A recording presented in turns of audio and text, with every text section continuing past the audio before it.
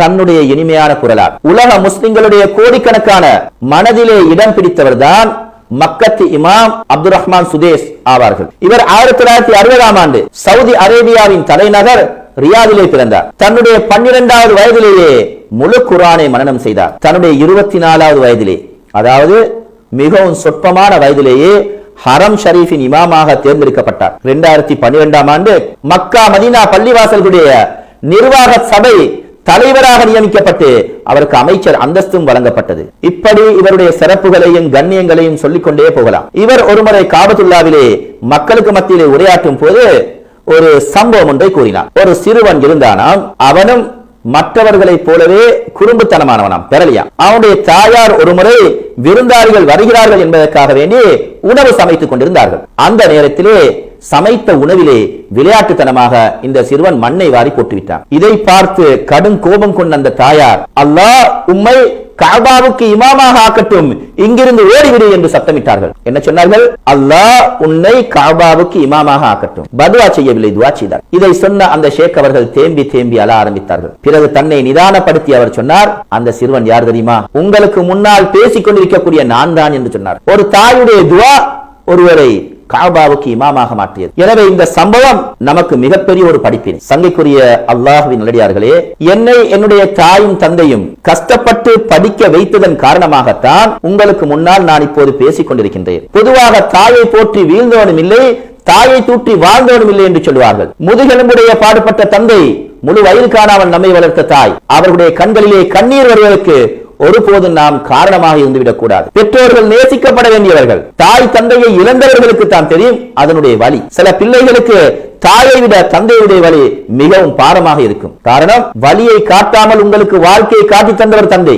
தாயார் வலியை காட்டி காட்டி வளர்த்ததனால, வலியை வெளிப்படுத்துறதுனால தாயுடைய வலியை பிள்ளைகள் புரிந்து கொள்வார்கள். ஆனால் தந்தையுடைய வலி புரியாது. வலியை காட்டாமல் உங்களுக்கு வாழ்க்கையை காட்டி தந்தவர் தந்தை. இன்று எத்தனையோ பெற்றோர்கள், அதாவது தந்தைமார்கள், ஹீரோக்கள் வெளிநாட்டிலே வேலை செய்கின்றார்கள். நீங்கள் நினைக்கின்றீர்களா அவங்க லேசா ஒரு சேர்ல இருந்து மேனேஜர் வேலை செய்து சல்லி அனுப்புகிறார்கள் என்று? நிச்சயமாக இல்லவே இல்லை. அவர்கள் அங்கே படும் கஷ்டத்தை நீங்கள் கண்டால் இரத்த கண்ணீர் வடிப்பீர்கள். அவ்வளவு கஷ்டம். உங்களோட தந்தையுடைய இரத்தத்தை அப்படியே புழுங்கிதான் அவன் சம்பளமே கொடுப்பான். ஆனால் தந்தை தன்னுடைய கஷ்டத்தை பிள்ளைகளுக்கு காட்டிக்கொள்ள மாட்டான். எனவே கஷ்டப்பட்டு தந்தை அனுப்புகின்ற சல்லியை அனாவசியமாக செலவழிக்கக்கூடிய பிள்ளைகளும் இந்த சமுதாயத்தில் இருக்கத்தான் செய்கின்றார்கள். வாப்பா அனுப்புற சல்லியில டியூஷனுக்கு நாங்க படிக்க போகிறோம் என்ற பேரிலே காதல் வலையிலே ஈடுபட்டு தன்னுடைய படிப்பை நாசமாக்கும் பிள்ளைகள் தான் இன்று அதிகமாக இருக்கின்றார்கள். உலகத்திலே அற்புதமான மனிதர் தந்தை.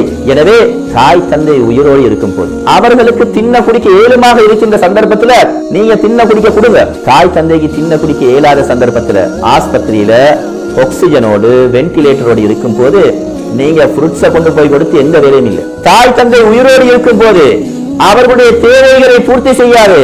அவர்கள் இறந்ததற்கு பின்னால மூன்றாம் கட்டம் கொடுக்கிறதுக்கு முதலாளாக நிற்பதில் எந்த பிரயோஜனம் இல்லை. தாய் தந்தை உயிரோடு இருக்கும் போது அவர்களுடைய உடுப்பு தேவைகளை பூர்த்தி செய்யாது. அவர்கள் இறந்ததற்கு பின்னால கஃன் உடுப்பு வாங்குறதுக்கு முதலாளாக நிற்பது எந்த பிரயோஜனம் இல்லை. சங்கைக்குரிய அல்லாஹ்வின் நல்லடியார்களே, கணவன் மனைவிக்கு இடையில வாழ்க்கையில பிரச்சனை இருக்கத்தான் செய்யும். சில மனைவிமார்கள் கணவனோட சண்டை பிடிச்சா சொல்லக்கூடிய வார்த்தை உங்களோட உம்மாவோட பேச வேண்டாம் என்று சொல்லுவார். அதே போல சில கணவன்மார்கள் மனைவியோட சண்டை பிடிச்சா சொல்லக்கூடிய வார்த்தை உங்களோட உம்மாவோட வாப்பாவோட பேச வேண்டாம். இப்படி எல்லாம் மார்க்கத்திலே சொல்ல முடியுமா? நிச்சயமாக முடியாது. கணவன் மனைவியோட சண்டை பிடிக்கிறதுனால, சண்டை பிடிச்சதனால அதுக்காக வேண்டி நீ களவெடு, நீ வட்டி வாங்கு, நீ மது அருந்து, இப்படி எல்லாம் சொல்லுவாரா? சொல்ல மாட்டார். ஏன்? அது பாவம் என்று அவர் விளங்கி வச்சுக்கிறார். அதே நேரத்திலே தாய் தந்தையுடைய உறவை முடித்து வாழ்வது பெரும் பாவங்களில் ஒன்று என்று ஏன் அவர் விளங்கவில்லை? அடுத்து தாயும் தந்தையும் அல்லாஹ் ரசூலுக்கு மாற்றமான ஒரு வேலையை செய்யும்படி ஏவினால் அதை நாம் செய்யக்கூடாது. சங்கைக்குரிய அல்லாஹ்வின் நல்லடியார்களே, மாணவ செல்வங்களே, நம்முடைய தாயும் தந்தையும் மரணித்தாலும் கூட அவர்களை நாம் மறக்க கூடாது. அவர்களுக்காக வேண்டி நாம் அதிகம் அதிகம் துஆ செய்ய வேண்டும்.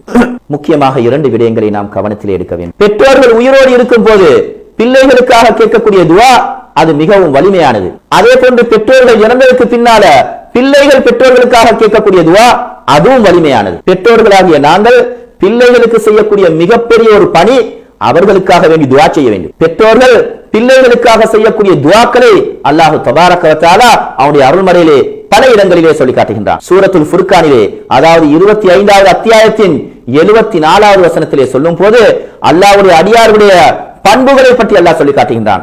அதிலே ஒன்றாக சொல்லுகின்றான், வல்லதீன யகூலூன், அவர்கள் இப்படி பிரார்த்தனை செய்வார்கள், ரப்பனா, எங்கள் இரட்சகனே, ஹப்லனா, எங்களுக்கு வழங்குவாயாக, மின் அஸ்வாஜினா வ ஸுர்ரியாத்தினா, எங்களுடைய மனைவிமார்களிலிருந்தும் எங்களுடைய சந்ததிகளிலிருந்தும் குர்ரத ஆயுன், அதாவது கண் குளிர்ச்சியை வழங்குவாயாக என்று துஆ செய்யக்கூடியவர்களாக இருப்பார்கள். இது மூமினுடைய பண்பு என்று அல்லாஹ் கூறுகின்றார். மேலும் இப்னு மாஜாவிலே வந்திருக்கக்கூடிய ஒரு அற்புதமான ஒரு ஹதீஸ், அபூ ஹுரைரா ரலியல்லாஹு அவர்கள் அறிவிக்கின்றார்கள், இன்னல்லாஹ அஸ்ஸ வ ஜல்ல ல யர்ஃபஉ தரஜத லில் அப்தி ஸாலிஹ் ஃபில் ஜன்னah, நிச்சயமாக அல்லாஹ் தபாரக வ தஆலா சுவர்க்கத்திலே ஒரு அடியானுக்கு, ஒரு பெற்றோருக்கு திடீரென அந்தஸ்துகளை வழங்குகிறான், ப்ரமோஷன் கொடுக்கின்றான், ஸ்பெஷலான ஒரு இடத்தை கொடுக்கின்றான். இதை பார்த்து ஆச்சரியப்பட்ட அந்த அடியான், ஃபயகூலு யா ரப் அன்னா லி ஹாஸிஹி, இது எங்கிருந்து இது எனக்கு கிடைத்தது, எதற்காக இந்த விசேட ஏற்பாடு என்று கேட்பான். ஃபயுகாலு பிஸ்திக்ஃபாரி வலதிக லக், உன்னுடைய பிள்ளைகள் உனக்காக செய்த இஸ்திக்ஃபாருக்காக, பாவ மன்னிப்பின் காரணமாக என்று சொல்லப்படும். ஆக மரணித்த நம்முடைய தாய்க்காக, தந்தைக்காக வேண்டி நாம் பாவ மன்னிப்பு தேடும் போது அதன் காரணமாக அவர்களுக்கு சுவர்க்கத்திலே அந்தஸ்துக்கள் வழங்கப்படுகின்றன என்பதை இந்த ஹதீஸின் மூலமாக நாம் அறிகின்றோம்.